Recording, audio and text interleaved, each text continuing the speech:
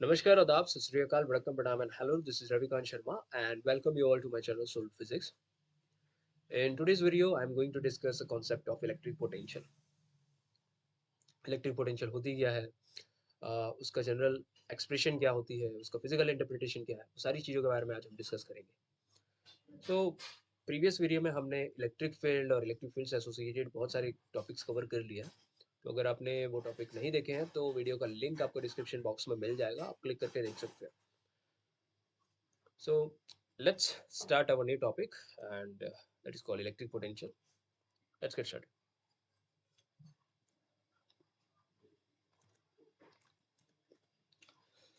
So electric potential अगर समझा जाए तो it is nothing but alternating method for understanding the electric field. देखो चैप्टर 1 में, प्रीवियस वाले चैप्टर में हमने ये समझा कि अगर कोई भी टेस्ट चार्ज को अगर फील्ड के अंदर रख दिया जाए तो वो कितना फोर्स एक्सपीरियंस करेगा. तो जितना भी फोर्स वो एक्सपीरियंस करेगा that is the electric field. लेकिन उसमें एक प्रॉब्लम क्या था कि आपको ये पता होना चाहिए कि फोर्स कौन से डायरेक्शन से लग रहा है, उसका मैग्नीट्यूड क्या है. मतलब उस केस में आपको फोर्स का डायरेक्शन और उसका मैग्नीट्यूड दोनों का नॉलेज होना जरूरी था, तभी आपको इलेक्ट्रिक फील्ड के बारे में आइडिया लगेगा. लेकिन कैलकुलेशन को सिंप्लीफाई करना है, हमें इलेक्ट्रिक फील्ड ही कैलकुलेट करना है, लेकिन हमें सिंपलेस्ट वे में इलेक्ट्रिक फील्ड कैलकुलेट करना है. तो क्या करें? तो हमारे पास एक नया कॉन्सेप्ट डिराइव हुआ, that is called electric potential. अब इसमें क्या होगा कि आपको डायरेक्शन की कोई जरूरत नहीं है, आपको सिर्फ और सिर्फ मैग्नीट्यूड से लेना देना है. से फॉर एग्जांपल लाइक यहाँ पे ये जो सेकंड डायग्राम यहाँ पे दिख रहा है, सेकंड डायग्राम में ये आपका इलेक्ट्रिक फील्ड है, और इलेक्ट्रिक फील्ड आप कोई भी लोकेशन लेट्स से इंफिनिटी से ये पॉइंट पे हम लेके आ रहे हैं. बात समझ में आ रही? तो जब मैं इंफिनिटी से ये पॉइंट में इस चार्ज को, टेस्ट चार्ज को मैं लेके आ रहा हूँ, वो भी इलेक्ट्रिक फील्ड के अंदर ही, ठीक है. तो मुझे कितनी एनर्जी लगी इस चार्ज को मूव करवाने के लिए, जितना भी मैंने वर्क किया इंफिनिटी से ए पॉइंट तक लाने के लिए, so that is nothing but electric potential. अब सिंपल वे में अगर समझा जाए तो एनर्जी जो भी लगी एक पॉइंट से दूसरे पॉइंट तक लाने के लिए इलेक्ट्रिक फील्ड के अंदर, तो इसमें मुझे डायरेक्शन का कोई रोल नहीं मिला कि कौन से डायरेक्शन से मैं एनर्जी लगा रहा हूँ. नहीं, उसकी कोई जरूरत नहीं, because energy itself a scalar quantity. तो अगर इस फील्ड में मैंने इस चार्ज को मूव करवाया तो उस चार्ज को मूव करवाने से मुझे जितनी भी एनर्जी लगी that is called electric potential. और आगे चल के मैं आपको बताऊंगा कि इलेक्ट्रिक पोटेंशियल और इलेक्ट्रिक फील्ड में रिलेशन क्या होता है. So basically it has to do with the energy. पहले वाले केस में जो पहला वाला डायग्राम दिख रहा है कि टेस्ट चार्ज को कितना फोर्स एक्सपीरियंस हो रहा है, और दूसरे वाले केस में उसी टेस्ट चार्ज को एक पॉइंट से दूसरे पॉइंट तक मूव करवाने के लिए आपको कितनी एनर्जी लग रही है. दोनों में डिफरेंस दिख रहा है. पहले वाले केस में आपको वेक्टर क्वांटिटीज के बारे में नॉलेज होना चाहिए, और सेकेंड वाले केस में स्केलर क्वांटिटीज के बारे में नॉलेज होना जरूरी है. और दोनों का जो कोर पॉइंट है, फर्स्ट और सेकेंड डायग्राम, दोनों का कोर पॉइंट एक ही है, इलेक्ट्रिक फील्ड फाइंड करना.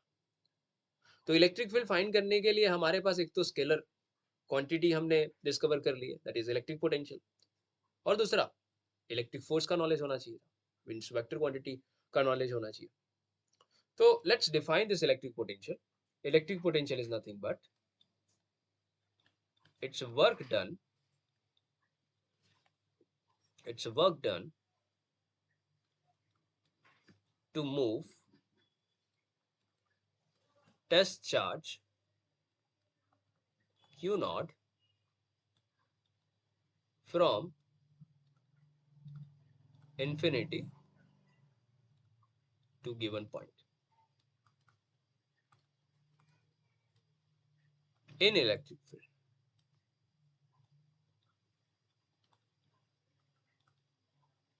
ठीक है. इलेक्ट्रिक पोटेंशियल होती क्या है? It's scalar quantity.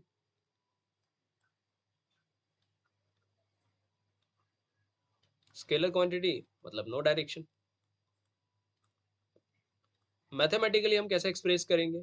potential is work done to move this test charge from infinity to a given point. ये आपका इलेक्ट्रिक पोटेंशियल है. ओके, एसआई यूनिट इसका क्या होता है बेटा? SI unit is volt. Capital V से हम लोग रिप्रेजेंट करते हैं. ठीक है, ये बेसिक चीज है. अब समझो एक और चीज जो मैं अभी डिस्कस करने वाला हूं.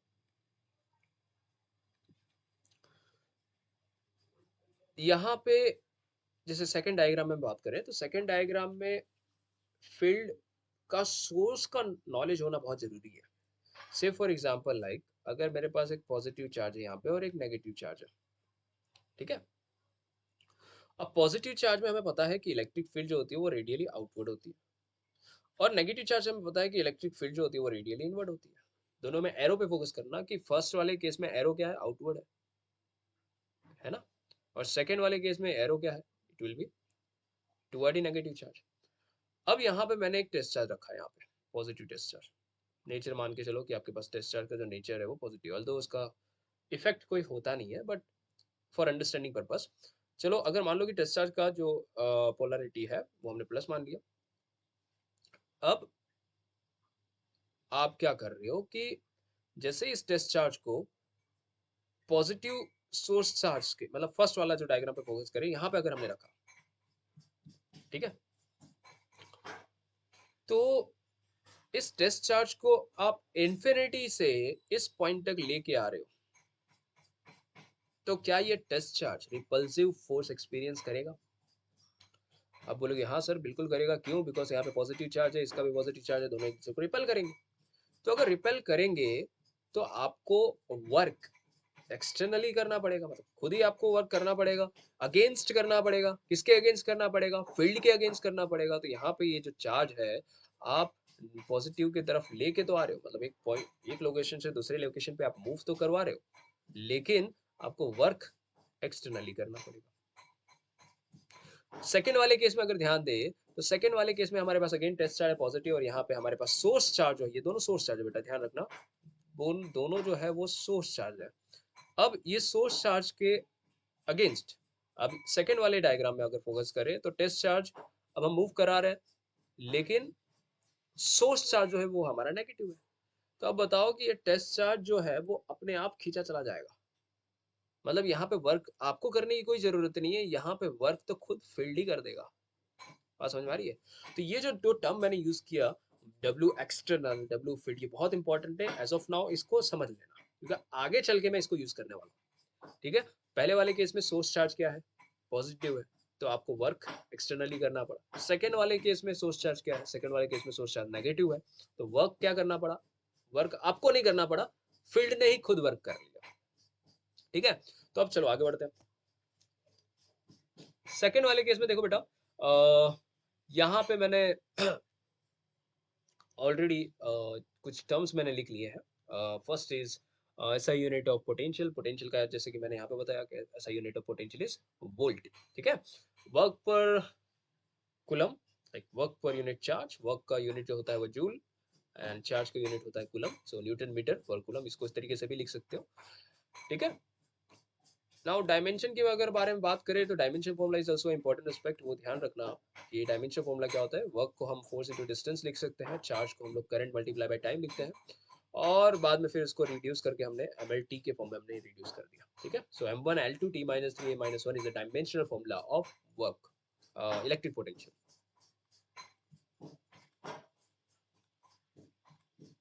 ठीक है,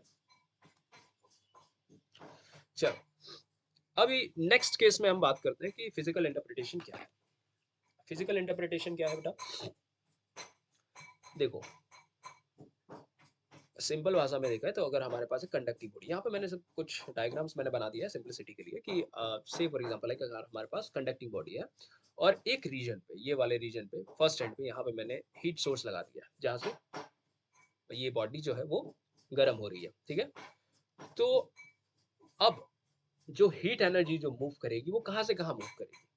हीट एनर्जी आप बोलोगे, हीट एनर्जी वहीं से मूव करेगी जहाँ पे टेम्परेचर ज्यादा होगा, वहां से कम टेम्परेचर के पास मूव करेगी. तो फ्लो ऑफ हीट कैसा होता है बेटा?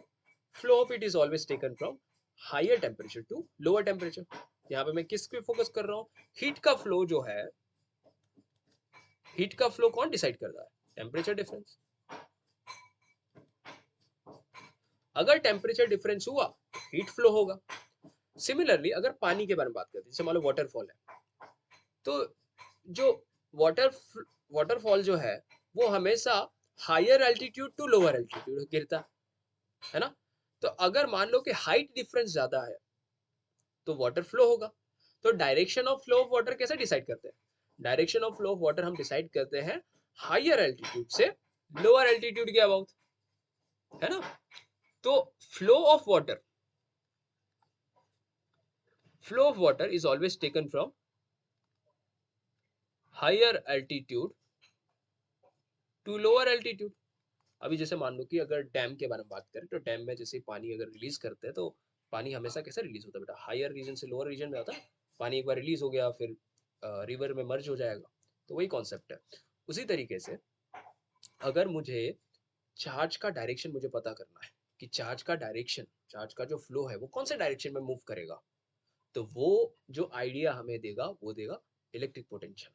ध्यान रखना क्या, कि जब हमें चार्ज के फ्लो का डायरेक्शन जानना है तो वो आइडिया हमें कैसे पता चलेगा? वो आइडिया हमें पता चलेगा पोटेंशियल से, कि चार्ज हमेशा कोई ना कोई पोटेंशियल रीजन से फ्लो होती है। तो यहाँ पे मैंने कन्वेंशन मैंने ले लिया है कि दो कन्वेंशन हमें से ध्यान रखनी है, कि अगर मान लो कि अगर पॉजिटिव चार्ज है तो पॉजिटिव चार्ज हमेशा higher potential to lower potential move करती है, और नेगेटिव चार्ज है तो नेगेटिव चार्ज कैसा मूव करता है? Lower potential to higher potential.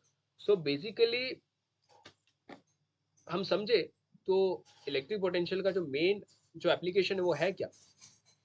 हमें ये पता चलेगा कि चार्ज का डायरेक्शन कौन सा है, फ्लो जो हो रही है चार्ज वो कौन से रीजन में फ्लो हो रही है, हायर टू लोअर या लोअर टू हायर।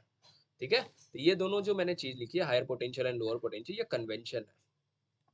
तो ये बहुत इंपॉर्टेंट है, वो याद रखना। Charge is always positive, charge is always flow from higher to lower. ठीक है। सो यस, यहाँ पे ये जो डायग्राम आपको दिख रहा होगा, यहाँ पे मैंने ए और बी पॉइंट मैंने बनाया हुआ है। तो A point represent higher position and B point represent lower position. तो यहाँ पे एक चीज ध्यान रखना कि हायर पोटेंशियल का मतलब ये नहीं होता है कि चार्ज की क्वांटिटी है, याद रखना। ऐसा मत समझना कि चार्ज की क्वांटिटी, यहाँ पे higher potential means we are talking about energies. ठीक है, lower potential means we are talking about lower energies. मतलब कि हायर पोटेंशियल मतलब क्या हुआ कि अगर चार्ज को आपको हायर पोटेंशियल में लेके जाना है, मतलब उस रीजन में ले जाने के लिए आपको ज्यादा एनर्जी लगेगा। अगर आप लोअर पोटेंशियल की बात करो मतलब उस चार्ज को वहां पे ले जाने के लिए कम एनर्जी लगेगी। और नेचुरल सी बात है कि नेचर में एनर्जी हमेशा higher region to lower region में एनर्जी फ्लो होती है ना। ऐसा तो नहीं होता कि लोअर टू हायर रीजन में एनर्जी फ्लो होने लगे। हीट जो फ्लो होगा वो higher temperature to lower temperature में हीट फ्लो होगा। पानी का जो फ्लो होगा वो हमेशा higher altitude to lower altitude flow होगा। उसी तरीके से चार्ज का जो फ्लो होगा वो हमेशा higher potential to lower potential flow होगा। So this is the basic interpretation of flow of charge, so remember it. चलो, अब यहां से हमारा मेन जो केस है वो स्टार्ट होती है, दैट इज पोटेंशियल डिफरेंस। अब देखो यहाँ पे जो मैंने इनिशियली मैंने डिस्कस किया था इलेक्ट्रिक पोटेंशियल में, तो एक चीज मैंने नहीं ध्यान दिया कि ये जो इन्फिनिटी जो पॉइंट मैंने यहाँ पे लिखा हुआ है वो इन्फिनिटी है क्या बेटा? इन्फिनिटी जो है that is your reference point. Infinity is your reference point, remember. Reference point के बारे में मैं क्यों डिस्कस कर रहा हूँ? बिकॉज पोटेंशियल डिफरेंस में वही चीज काम आने वाली है कि इससे फॉर एग्जांपल लाइक अगर मैंने पूछा कोई पर्सन है यहाँ पे खड़ा हुआ है, उस पर्सन का लोकेशन क्या है, तो लेट्स से 2 मीटर। तो ये जो 2 मीटर अबाउट एक्स एक्सिस है क्या? 2 मीटर आपने जो मेजर किया हुआ है, तो 2 मीटर, एक्सक्यूज मी, 2 मीटर जो आपने मेजर किया हुआ है वो 2 मीटर आपने कोई पॉइंट से मेजर किया है ना। तो वो जो पॉइंट जहां से 2 मीटर आपने मेजर किया that is called reference point. As of now हमारा जो कोऑर्डिनेट है, let's say if you are talking about X axis और वाई एक्सिस, तो यहाँ पे ये जो ओरिजिन पॉइंट है that is your reference point. This is your reference point, RP में लिख रहा हूँ। रेफरेंस पॉइंट जिसको हम लोग जीरो लेके चलते हैं, बाय डिफॉल्ट हम लोग क्या लेते हैं? जीरो। कि वहां पे कोई भी डिस्टेंस होगा वो डिस्टेंस की वैल्यू जो होगी वो जीरो होगी। उसी तरीके से अगर मान लो कि अगर चार्ज को मैं इन्फिनिटी लोकेशन से मैं कोई भी रैंडम लोकेशन पे लेके आ रहा हूँ, तो infinity is a reference point. तो उस रेफरेंस पॉइंट पे जो पोटेंशियल की वैल्यू होगी वो क्या होगी? जीरो। जिस तरीके से कोऑर्डिनेट में मैं रेफरेंस पॉइंट की वैल्यू 0 लेके चल रहा हूँ, उसी तरीके से अगर मैं पोटेंशियल की बात करूँ तो इंफिनिटी में पोटेंशियल की वैल्यू मैं क्या रखूंगा? That will B 0। So remember potential at infinity is 0। ठीक है? सो अगर मैं यहाँ पे चीज़ों को और क्लियरली लिखूँ तो पोटेंशियल डिफरेंस क्या होता है? पोटेंशियल डिफरेंस को अगर ज़्यादा अच्छी तरीके से समझे तो अगेन यहाँ पे मैंने एक फील्ड मैंने बनाया। ठीक है? ये आपका एक्सटर्नल फील्ड है और इस फील्ड के अंदर 2 पॉइंट्स मैंने बनाए। ठीक है? अभी यहाँ पे लेट्स से कि यहाँ पे ये अब देखो आपको एरो से पता चल गया होगा कि ये जो फील्ड है उसका सोर्स क्या होगा? इसका सोर्स होगा पॉजिटिव चार्ज। इसका सोर्स जो होगा वो पॉजिटिव चार्ज होगा। ठीक है? अब इस पॉजिटिव चार्ज के अबाउट सपोज करो ये फील्ड रीजन है, मैं यहाँ पे कोई टेस्ट चार्ज मैंने रखा हुआ है। लेट्स से कि यहाँ पे मेरे पास टेस्ट चार्ज है क्यू नॉट, है ना? अब इस टेस्ट चार्ज को मैं क्या कर रहा हूँ कि बी से ए पॉइंट तक मुझे मूव करना है। ध्यान रखना, बहुत इंपॉर्टेंट चीज अभी डिस्कस करने वाले हैं कि अब ये टेस्ट चार्ज को मैं क्या कर रहा हूँ, बी से ए पॉइंट में मैं मूव कर रहा हूँ। ठीक है?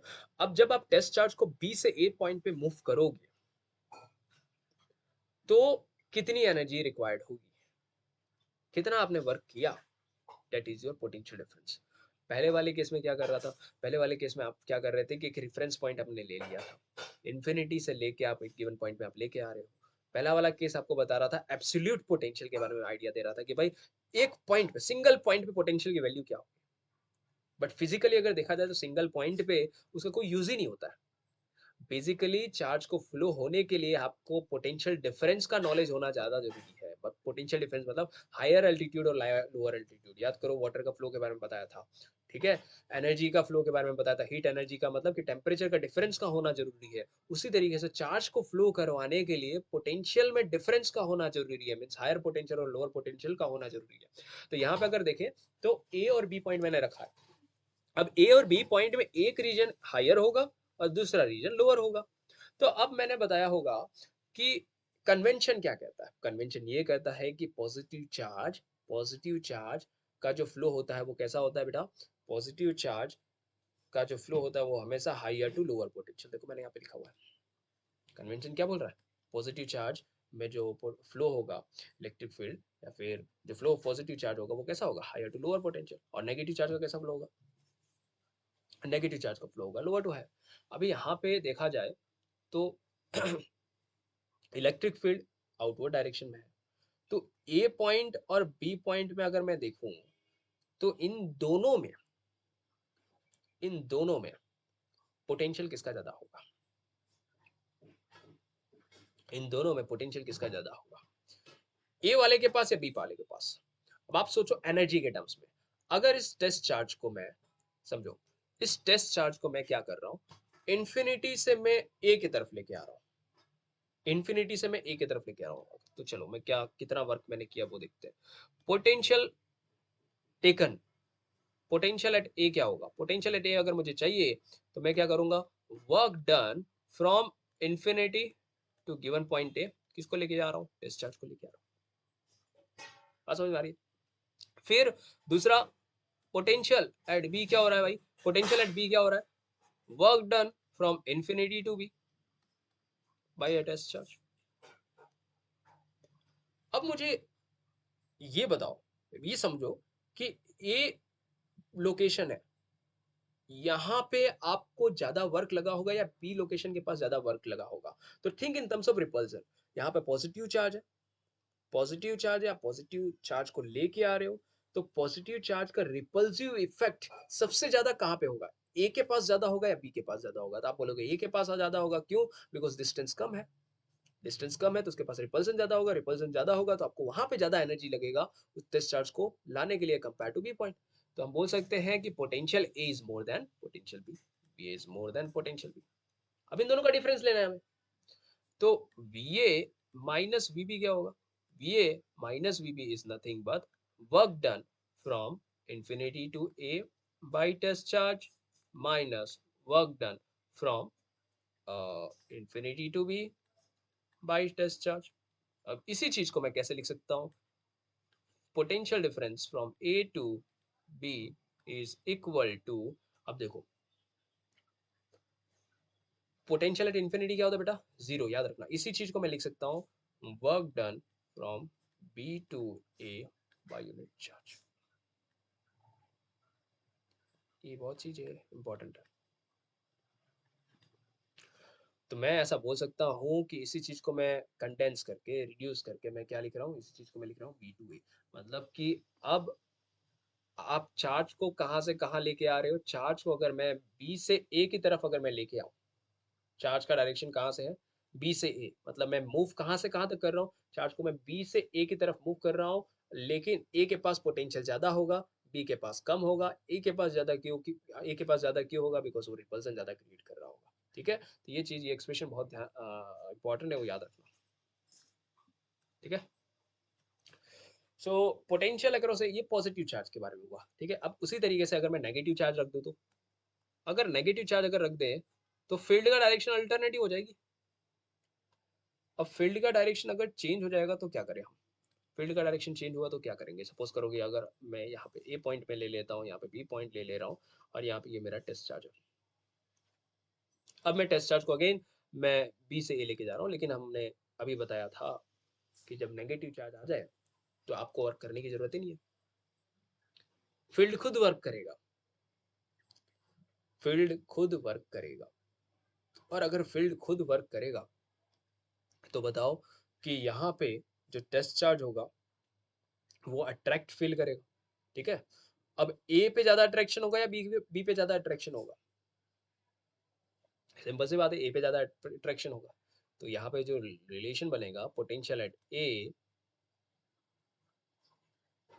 Minus potential at B is equal to work done from B to A by unit test charge.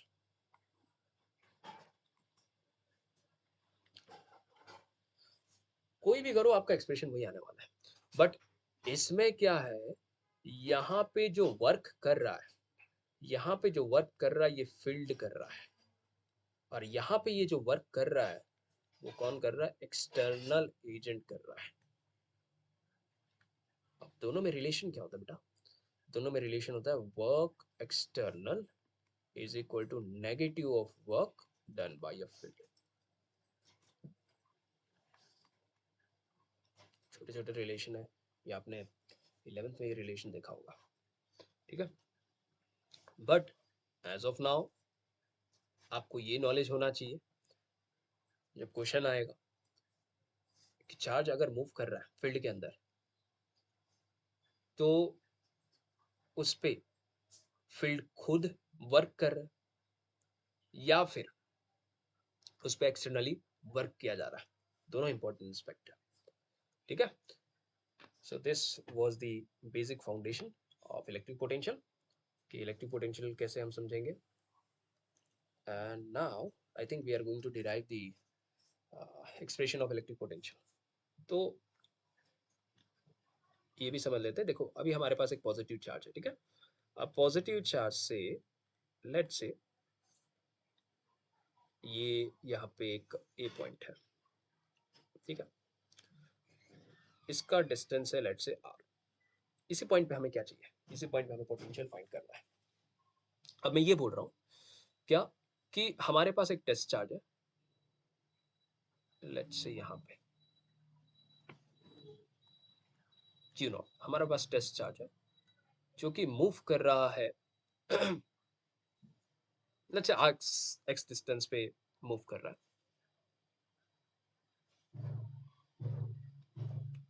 ये टेस्ट चार्ज जो है हमारा एक्स डिस्टेंस पे है। ठीक है, कोई भी एक्स लोकेशन पे मूव कर रहा है। ठीक है, और इस टेस्ट चार्ज को मूव करते करते हम दो लोकेशन में मूव करेंगे, बी, बी से। बात समझ में आ रही है? एक हमारे पास पॉजिटिव चार्ज है और आर डिस्टेंस पे हमें क्या फाइंड करना है? पोटेंशियल फाइंड करना है। और हमारे पास एक टेस्ट चार्ज है जो एक्स डिस्टेंस पे लाई कर रहा है। ठीक है, और लेट्स से कि nature of this test charge is positive. तो अब नेचुरल सी बात है कि यहाँ पे ये भी पॉजिटिव है, ये भी पॉजिटिव है, दोनों रिपल्सन फील करेंगे, और दोनों रिपल्सन अगर फील करेंगे तो चार्ज तो दूर चला जाएगा। लेकिन अब आप यहाँ पे जो वर्क करोगे, यहाँ पे वर्क जो करोगे वो एक्सटर्नल वर्क करोगे। तो लेट्स से आपने जो मूव कराते कराते आपने कुछ ds डिस्टेंस मूव करा दिया, यहाँ पे इस चार्ज को एक्सटर्नली वर्क किया, जस्ट अ सेकंड, चार्ज को आपने एक्सटर्नली वर्क किया और dx डिस्टेंस यहाँ पे मूव कराया आपने, चार्ज को इस डायरेक्शन में मूव करवा रहे हो। तो सबसे पहले देखते हैं कि इसमें क्या-क्या चीजें लग रही है। पहली बात तो अगर मैं फोर्स के बारे में बात करूँ तो टेस्ट चार्ज एक फोर्स एक्सपीरियंस कर रहा होगा। लेट्स से कि magnitude of source charge is let's से कैपिटल Q, तो that will B Q into Q not divided by x square. इतना फोर्स वो एक्सपीरियंस कर रहा होगा, x डिस्टेंस पे लाई कर रहा है तो ठीक है। और वर्क डन कितना किया, तो आप बोलोगे work done is equal to force जो वो एक्सपीरियंस कर रहा है इनटू डिस्प्लेसमेंट जो वो मूव किया है dx इनटू cos थीटा। अब यहाँ पे देखो, देखा जाए तो फोर्स का डायरेक्शन ये है और डिस्प्लेसमेंट का डायरेक्शन ये है, तो एंगल जो है वो 180 डिग्री है, तो cos 180 डिग्री इज -1। तो हमारे पास जो छोटा सा वर्क डन हुआ है वो कितना हुआ है बेटा, F into D X with negative sign. Force कितना एक्सपीरियंस किया, फोर्स उसने एक्सपीरियंस किया था एक्स डिस्टेंस पे, वो था K capital Q Q not by X square into D X with negative sign. यहाँ पे नेगेटिव, यहाँ पे K मैंने लिखना भूल गया, K Q Q not by X square. इतना तो उसने वर्क डन किया। टोटल वर्क डन कितना किया बेटा, तो टोटल वर्क डन फाइंड करने के लिए हम क्या करेंगे, चार्ज का लोकेशन हम डिसाइड कर लेते हैं कि भाई मान लो कि चार्ज हम मूव करवा रहे हैं कहाँ से कहाँ तक, इन्फिनिटी से कोई भी एक लोकेशन तक लेके आ रहे हैं, लेट्स से ए पॉइंट तक लेके आ रहे हैं, ठीक है। चार्ज को हम मूव करवा रहे हैं इन्फिनिटी से ए पॉइंट, मतलब दो पॉइंट भी हम ले सकते हैं, लेट्स से बी आपका इन्फिनिटी है। तो लेट्स से दोनों एक्सप्रेशन में डिराइव करवा लेता हूँ कि पहला मैं लिमिट में ला देता हूँ कि मैं जो चार्ट मूव करा रहा हूँ वो इन्फिनिटी टू आर लोकेशन, मुझे यहाँ तक लेके आना है, आर पॉइंट तक मुझे लेके आना है टोटल वर्क डन। तो यहाँ पे हो जाएगा के तो कॉन्स्टेंट है, माइनस के कैपिटल क्यू क्यू नॉट, और यहाँ पे एक्स स्क्वायर वेरिएबल है, taking from infinity to R 1/x square into D X. तो हमारे पास टोटल वर्क डन जो होगा that will be here minus k q q not, और 1/x स्क्वायर का जो डिफरेंशियल इंटीग्रेशन होता है that will be minus x, because हमें एक्सप्रेशन पता है x raised to n का इंटीग्रेशन क्या होता है बेटा, x raised to n plus 1 by n plus 1। so substitute the limit r to infinity, और हमें पता है ये नेगेटिव नेगेटिव तो पॉजिटिव हो गया, तो वर्क डन क्या होगा, work done will be k capital q q not divided by 1/r minus 1/infinity, ठीक है। सो यहाँ पे 1/infinity की जो वैल्यू होती है दैट विल बी 0, तो आपके पास वर्क डन का डायरेक्टली एक्सप्रेशन बन जाएगा, क्या बनेगा, मैं यहाँ पे ही लिख देता हूँ। वर्क डन का जो एक्सप्रेशन बन जाएगा that will be work done is equal to k q q not by r, because since 1/infinity के तो वैल्यू 0 हो जाती, तो वो तो खत्म ही हो गया। अब मुझे पता है पोटेंशियल क्या होता है, potential is work done to move a test charge, the work done to move a test charge is your potential K capital Q by R, ये हो गया potential, V is equal to K Q by R। तो यही है आपका derivation. अब यहाँ पे Q की जो वैल्यू होती है विथ साइन आपको रखनी है, बिकॉज मैंने पहले भी बताया था कि Q अगर पॉजिटिव होगा तो आपका जो वर्क होगा वो एक्सटर्नल होगा, और Q अगर नेगेटिव होगा तो वर्क विल बी नेगेटिव, ठीक है। तो अब डिपेंड करता है कि पोटेंशियल की वैल्यू पॉजिटिव आती है या फिर नेगेटिव आती है, वर्क की वैल्यू पॉजिटिव आती है या फिर नेगेटिव आती है। इस वाले केस में जो है यहाँ पे मैंने जो चार्ज रखी है वो चार्ज की जो वैल्यू है, सोर्स चार्ज की जो वैल्यू वो पॉजिटिव है, और यहाँ पे जो मैंने टेस्ट चार्ज की तो वैल्यू तो पॉजिटिव लेके चलता है, तो एक्सटर्नली वर्क किया गया है, तो यहाँ पे जो वर्क है दैट इज एक्सटर्नल। बट अगर चार्ज की पोलैरिटी अगर अलग हो जाएंगी तो पोटेंशियल की वैल्यू चेंज हो जाएगी, ठीक है, मतलब साइन में थोड़ा बहुत डिफरेंस आएगा। तो अगर पोटेंशियल की वैल्यू अगर नेगेटिव है या फिर लेट्स से कि आपका वर्क की वैल्यू अगर नेगेटिव है, तो समझ लेना जो फोर्स है दैट इज कंजर्वेटिव, ठीक है। अब यहाँ पे एक और लिमिट अगर मैं ध्यान से देखूं, ये तो आपका जनरल एक्सप्रेशन हो गया पोटेंशियल का। इसी एक्सप्रेशन को अगर मैं देखूं, लेट्स से कि कोई भी दो लोकेशन के अबाउट मुझे पोटेंशियल डिफरेंस अगर कैलकुलेट करना है तो मैं कैसे करूंगा इसी फील्ड में। ये वाला डेरिवेशन है electric potential due to point charge. मैं बोल रहा हूँ what will be the expression of electric potential, right, what will be the expression of electric potential difference due to the point charge. तो potential difference में क्या होगा बेटा कि जैसे मान लो सेम डायग्राम है बट यहाँ पे थोड़ा बहुत मैं चेंज कर रहा हूँ, मैं यहीं पे बता देता हूँ जैसे कि वही वाला डायग्राम है, यहाँ पे हमारे पास पॉजिटिव चार्ज है। आप खुद एनालाइज करोगे और आप खुद रियलाइज करोगे कि क्या डिफरेंस आया है। यहाँ पे देखो ये पॉजिटिव चार्ज मैंने रखा हुआ है और यहाँ पे पॉजिटिव चार्ज का लेट्स से ए पॉइंट है, ये वाला लोकेशन है let's say R A location, और दूसरा पॉइंट है लेट्स से यहाँ पे बी पॉइंट है and this location is let's say R B, ठीक है। और यहाँ पे एक सी पॉइंट है जहाँ पे आपका टेस्ट चार्ज रखा हुआ है क्यू, ठीक है। This location is x, same concept. अब यहाँ पे क्या हो रहा है बेटा, पॉजिटिव अगेन पॉजिटिव चार्ज है। अब मुझे ए से बी तक, बी से ए तक लाने के लिए मुझे पोटेंशियल डिफरेंस की वैल्यू क्या होगी वो मुझे फाइंड करनी है।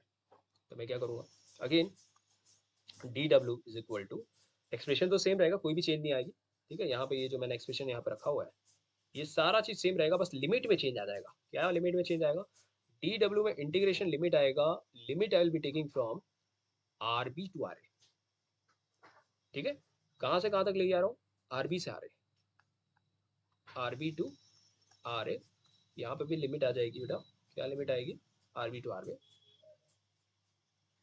Minus K Q Q naught R B to R A, ठीक है। 1/x² का इंटीग्रेशन यहाँ पे लिख देते हैं, 1/x² इंटू डी एक्स। जब इसको इंटीग्रेट करेंगे बेटा तो यहाँ पे जाएगा total work done is equal to K capital q Q naught with यहाँ पे 1/x² का integration -1/x, -1 minus minus plus हो जाएगा, तो डायरेक्टली मैं यहाँ पे लिख देता हूँ it will B 1/RA minus 1/RB। जब आप सॉल्व करेंगे it will be work done. So potential work done for unit test charge is KQ by RA minus 1/KQ by RB। अब देखो यहाँ पे ये जो मैंने एक्सप्रेशन यहाँ पे डिराइव किया, यहाँ से हम एनालाइज कर सकते हैं, this is a potential, this is nothing but potential difference, दो रीजन है ना। So this is nothing but work done for unit charge. ये वाला जो लोकेशन आया, ये वाला point, this is your potential at A minus potential at B. तो ये डेरिवेशन से भी पता चल रहा है कि potential of A is more than potential of B.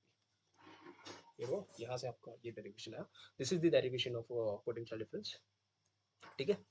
But ये नहीं आता जनरली एग्जाम्स में, यही आते हैं, इस पे फोकस रखना। ये तो इसके बेस पे एक चीज और मैं बता सकता हूँ कि जो चार्ज आप मूव करवा रहे हो एक पॉइंट से दूसरे पॉइंट के अबाउट, ठीक है, जैसे कि यहाँ पे मैंने डायग्राम में मैंने बताया है, वेल इस बी पॉइंट का तो इतना भी नीड नहीं है। सो इस दिस चार्ज को आपने ds डिस्टेंस मूव कराया, तो मूव करवाया तो जो भी एनर्जी लगी वो एनर्जी कौन से फॉर्म में स्टोर हुई, वो होती है पोटेंशियल एनर्जी। याद रखना कि भाई अगर आपने पोजीशन चेंज किया ना, तो पोजीशन को चेंज करने से एनर्जी में भी चेंज आएगा। तो जो एनर्जी पोजीशन के साथ एसोसिएटेड होती है ना, that is your potential energy. तो यहाँ पे ये जो एक्सप्रेशन दिख रहा है यहाँ पे, यही वाला, यहीं से मैं एक और एक्सप्रेशन में डिराइव कर सकता हूँ, that is your work done which is stored in the form of potential energy. And potential energy का स्ट्रेट फॉरवर्डली एक एक्सप्रेशन आ जाता है, that is K Q Q not by R. ये आपका पोटेंशियल एनर्जी का एक्सप्रेशन है। इसके बारे में मैं नेक्स्ट लेक्चर में मैं डिस्कस कर लूंगा, बट ये ध्यान रखना कि जो एनर्जी एसोसिएटेड होती है चार्ज के साथ लोकेशन पे, that is your potential energy. Clear. और इसमें इंपॉर्टेंट जो टेक अवे है वो क्या है कि जो भी पोटेंशियल आप यूज करोगे वो पोटेंशियल पे याद रखना कि ये Q जो है वो सोर्स चार्ज की वैल्यू है, तो दैट मीन्स Q की वैल्यू हमें साइन के साथ रखनी है।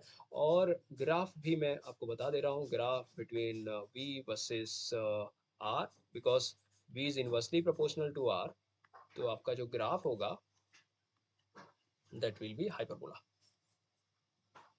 ठीक है। बट इलेक्ट्रिक फील्ड जो होती है वो आर स्क्वायर से होती है, तो इलेक्ट्रिक फील्ड कैसा होगा बेटा, electric field will be like this. This is the graph of electric field and this is the graph of potential. ठीक है? Here this is proportional to 1 by r square and this is proportional to 1 by r. Clear? So this was the graph about electric potential versus distance and electric field versus distance. दोनों में relation बता दिया. But क्या आज हमने इस lecture में discuss किया? आज के लेक्चर में हमने डिस्कस कर लिया कि इलेक्ट्रिक पोटेंशियल होती क्या है और इलेक्ट्रिक पोटेंशियल का फिजिकल इंटरप्रिटेशन क्या होती है एंड उसके जनरल एक्सप्रेशंस हमने डिराइव किए. ठीक है? और थोड़ा बहुत हमने इलेक्ट्रिक पोटेंशियल एनर्जी के बारे में भी हमने समझ लिया. सो नेक्स्ट लेक्चर में मैं इलेक्ट्रिक पोटेंशियल एनर्जी के बारे में डिस्कस करूंगा and before starting electric potential energy maybe हम लोग कुछ एग्जांपल्स ले लेंगे. ठीक है? So see you in the next lecture. Thank you so much.